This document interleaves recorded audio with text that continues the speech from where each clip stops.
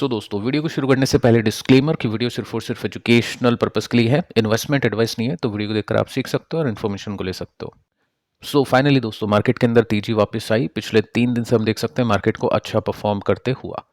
Technicals में हमने देखा था इंडिकेशन काफी सॉलिड थे, उसके बाद में मार्केट ने काफी सही किया। देखते हैं अभी के समय क्या सिचुएशन है निफ्टी की, क्यों निफ्टी तेज है, तेजी कितनी टिका हुआ है, सब कुछ डिस्कस करने वाले। साथ में कुछ स्टॉक्स है उसके ऊपर भी बातचीत होगी।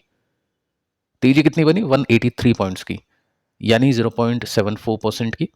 और इसमें 25,000 को निफ्टी ने आज क्रॉस कर दिया है। 25,95 का हाई था, 25,77 के आसपास की क्लोजिंग है, यानी डे चार्ट के ऊपर अपने हाई पर निफ्टी ने क्लोज किया। 881 का लो है। निफ्टी बैंक ने अच्छा किया, 1% की तेजी। मिड कैप ने भी चलो अच्छा किया, 0.90% का जंप है। स्मॉल कैप ने कुछ खास नहीं किया। स्टॉक्स को देखें तो यहाँ पे इंटरेस्टिंगली आपको जो गिरावट वाली कंपनीज है ना, उनके स्टॉक्स ज़्यादा देखने को मिलने वाले हैं। इसका मतलब है कि लिमिटेड कंपनीज के स्टॉक चले हैं लेकिन काफ़ी अच्छा चले हैं, तो उसकी वजह से इंडाइसिस ने काफ़ी अच्छा परफॉर्म किया। सेक्टर्स को देख लेते हैं तो आज के दिन आईटी में अच्छी तेजी है। ऑब्वियस आईटी चलेगा तो फिर निफ्टी को भी उसका पुश मिलेगा, तो 2.28% का जंप आईटी में देखने को मिला है। फाइनेंस की बात करें तो 1% की तेजी, बैंक भी 1% के साथ में तेज आके बंद हुए हैं। ऐसा बहुत ही कम देखने को मिलता है जब आईटी भी चलेगा और साथ में बैंक्स भी चलेगा। आईटी बैंक दोनों अगर चल जाते हैं तो निफ्टी का 50% पार्ट आईटी बैंक्स के पास में है, तो इसकी वजह से निफ्टी ने आज अच्छा किया। बाकी मीडिया, मेटल, एफएमसीजी ये सब नीचे आके बंद हुए हैं। अब देखिए दोस्तों रीजन समझते हैं कि क्यों निफ्टी आज प्लस में गया, और उसकी वजह से आइडिया लगाने की कोशिश करते हैं कि मार्केट अभी आगे चल के कुछ दिनों के अंदर कैसा परफॉर्म कर सकता है। जो पहला कारण है वो है शॉर्ट कवरिंग। शॉर्ट कवरिंग आपको बताइए कि एफआईज जब मार्केट को शॉर्ट करते हैं तो मार्केट डिक्लाइन करता है, गिरता है।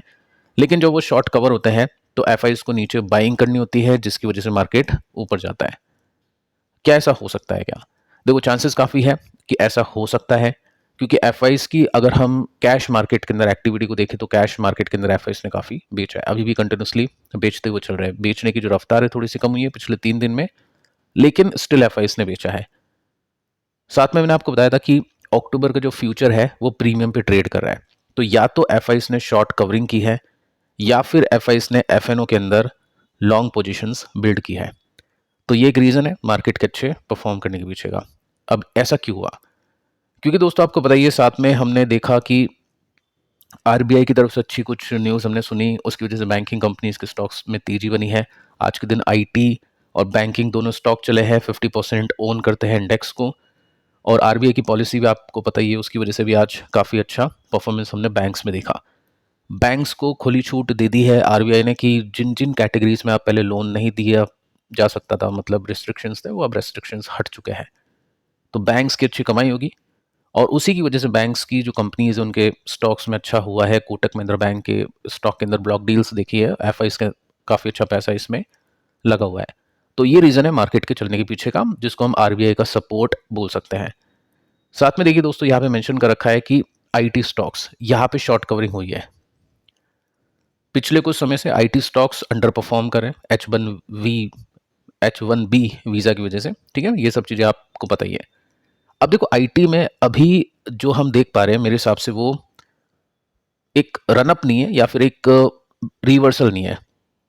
पर्सनली मुझको लगता है कि आईटी में अभी भी थोड़ी सी प्रॉब्लम हो सकती है, रहेगी कुछ टाइम तक के लिए, कुछ क्वार्टर्स के लिए। तो आईटी के ऊपर जो व्यू है मीडियम टर्म का वो नेगेटिव है, क्योंकि सिचुएशन आपको बताइए किस तरीके अभी चल रही है। एक दिन में आईटी अगर अच्छा कर देगा तो उसका मतलब ये नहीं कि आईटी सेक्टर के अंदर रिवर्सल्स आ चुके हैं। जस्ट एक सिखाने की कोशिश है, बाकी आईटी कंपनीज के स्टॉक में किसी को शॉर्ट टर्म के लिए कुछ करना है तो वो उनकी अपनी इच्छा है। टेक में डेफिनेटली डेटा सेंटर है जो अभी के समय काफ़ी अच्छा कर रहे हैं शॉर्ट टर्म मीडियम टर्म के लिए, बट आईटी जो ट्रेडिशनल आईटी कंपनीज है वो मेरे हिसाब से अभी भी नेगेटिव में ही रहेगी।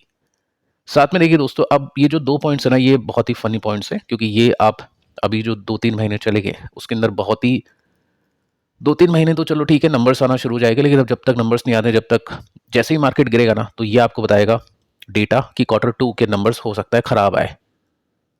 जैसे ही मार्केट चलेगा तो न्यूज़ के अंदर छाप देंगे कि हो सकता है Q2 के नंबर्स अच्छे आए।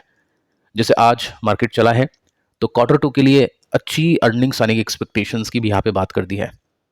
तो ये सब बकवास बातें हैं। अभी जब मार्केट नीचे था तो Q2 के नंबर्स खराब आने की बातें हमने सुनी थी। साथ में आप देख सकते हैं वैल्यूएशन, ये भी एक फनी पॉइंट है। जैसे ही मार्केट गिरेगा तो बोले कि वैल्यूएशन बहुत ही स्ट्रेच है, बहुत ही ऊपर है, और जैसे मार्केट चलेगा ना, वैल्यूएशन रीजनेबल है, यानी वैल्यूएशन बहुत अच्छी है, ठीक है। तो ये सब बकवास बातें हैं, दोनों चीज़ें चेंज हो जाती है मार्केट के सेंटिमेंट्स के हिसाब से। मेन जो रीज़न है वो आरबीआई है, उनकी तरफ से जो भी रिलैक्सेशंस मिली है, छूट मिली है, तो उसकी वजह से बैंक्स ऊपर है, और बैंक्स की वजह से बाकी जो कंपनीज हैं उनको भी सपोर्ट मिल रहा है। साथ में देखते हैं कितना निफ्टी चलता है। टेक्निकल्स भी एक रीज़न है उसके पीछे का, जो कि मैं आपको बता चुका हूँ कि निफ्टी ने इस लाइन से पहले भी 2 बार रिकवरी दी है, तो उसी लाइन के आसपास निफ्टी पहुंचा, लेकिन उससे पहले ही आरबीआई की न्यूज़ आती है।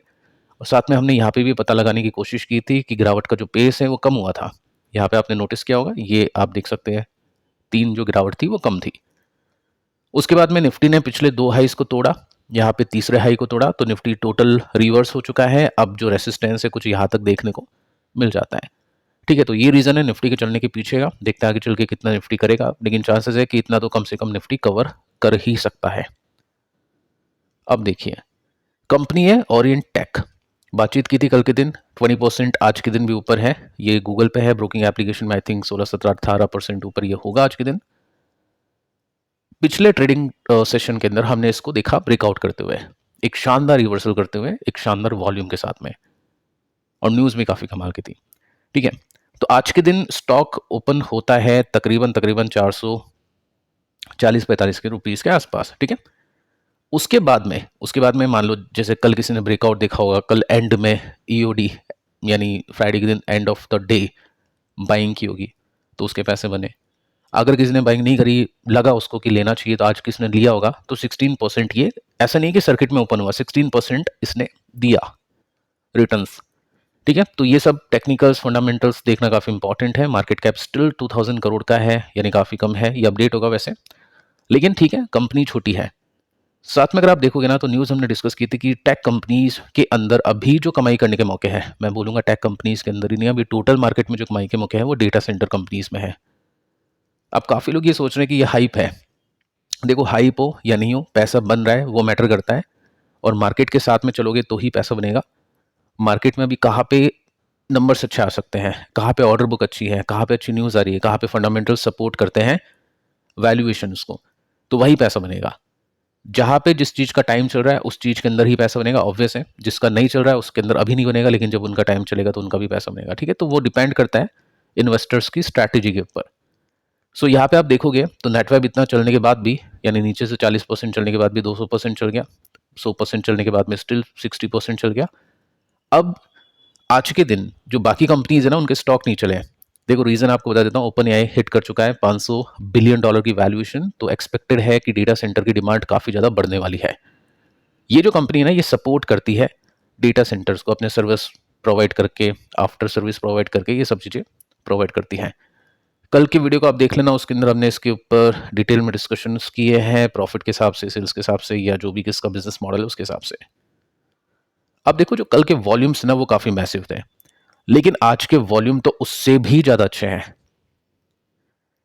सो क्लियर कट है, यहाँ पे भी इन्वेस्टर रुकने वाले शायद नहीं हो सकता है अपकमिंग डेज के अंदर इसको चढ़ाने की कोशिश कर दें, क्योंकि देखो यहाँ पे हमने बातचीत की थी कि ये जो रिवर्सल निकला था, पहले भी इसमें यहाँ पे एक रिवर्सल निकला था, मतलब उस समय स्टॉक डिस्कस नहीं किया होगा, लेकिन जब कल हम अपन बात करें तो पास्ट की डेटा के रूप में मैंने इसको यहाँ पे आपको एग्जाम्पल दिया था कि जैसे ही ये रिवर्सल के रूप में निकला, अच्छी तेजी बनी। तो आज के दिन वापस से एक अच्छी तेजी इसमें बन चुकी है, ठीक है। अब देखते हैं आगे चल के किस तरह का ट्रेंड इसमें बनेगा। बाकी हाँ, अभी के समय तो इन्वेस्टर्स के रडार पे स्टॉक आ चुका है, देखते हैं Q2 में नंबर्स इसके कैसे डिलीवर होते हैं। नेक्स्ट कंपनी है चोलामंडलम इन्वेस्टमेंट फाइनेंस, यानी चोला फाइनेंस हम इसको बोल सकते हैं। 5% की तेजी इसमें आज के दिन बन चुकी है, 138 का मार्केट कैप, 31 का पीई रेशो है। अब देखिए, ये इसमें एक पॉइंट है, 31 का पी रेशो।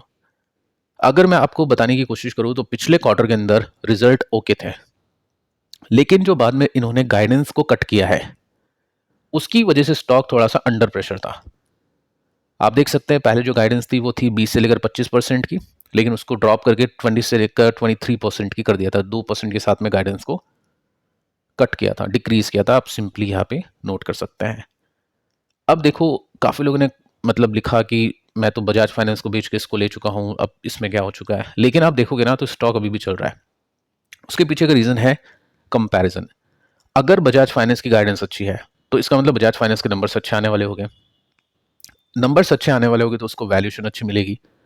अगर चोला फाइनेंस की गाइडेंस अच्छी नहीं है या थोड़ी सी कम है तो उसकी वैल्यूएशन कम होगी और नंबर्स अच्छे नहीं आएंगे उसके, ऐसा एक्सपेक्ट किया जाएगा। हुआ भी वही। बजाज फाइनेंस का पी रेशियो कितना है? 36 का है। चोला फाइनेंस का पी रेशियो कितना है? 31 का है। पहले दोनों कंपनीज का वैल्यूएशन एक समान थी, या तो 30 या 35 जो भी है। तो चोला फाइनेंस वो 30 की वैल्यूएशन पे रखा है मार्केट ने और इसको 35 की वैल्यूएशन पे रखा है। 5 वैल्यूएशन यानी 5 का जो पी है वो पीछे है।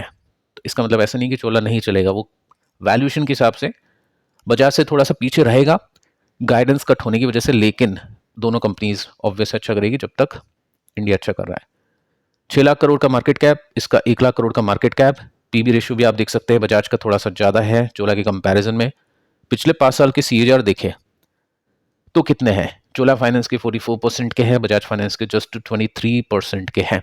इसका मतलब चोला फाइनेंस इस वैल्यूएशन पे मार्केट को अच्छा लगता है और यहाँ पे काफ़ी बार स्टॉक, एक सेकेंड, यहाँ पे काफ़ी बार स्टॉक पहुँच चुका है। ठीक है, यहाँ से प्रॉफिट बुकिंग भी आई थी अच्छी वाली, यहाँ पे भी आप देख सकते हैं काफ़ी बार प्रॉफिट बुकिंग थी, तो वापस से अपने रेसिस्टेंस पे पहुंच चुका है।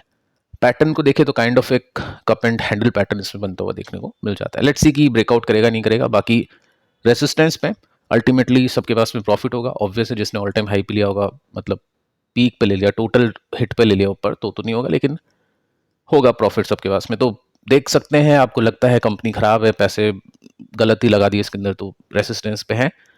लेकिन हाँ, कंपनी अच्छी है। वैल्यूएशन का थोड़ा सा डिफरेंस यहाँ पे होगा। क्वार्टर 2 में देखते हैं कैसी कमेंट्री रहती है, कैसे नंबर्स आते हैं, उसके हिसाब से कंपनी का स्टॉक परफॉर्म करेगा। इसके बाद में दोस्तों नेक्स्ट कंपनी पॉलीकैब, 3% की तेजी बनी, 1 लाख करोड़ का मार्केट कैप, 51 का पी रेशियो इसमें हो चुका है। स्टॉक अच्छा करा है काफ़ी। आज एक न्यूज़ आई थी 2:50 पर, और न्यूज़ के अंदर ये सुनने को मिला कि कंपनी क्वार्टर 2 के नंबर्स को अनाउंस करेगी 17 अक्टूबर को, 17 तारीख को। ठीक है, 17 तारीख को इसके नंबर्स आने वाले हैं।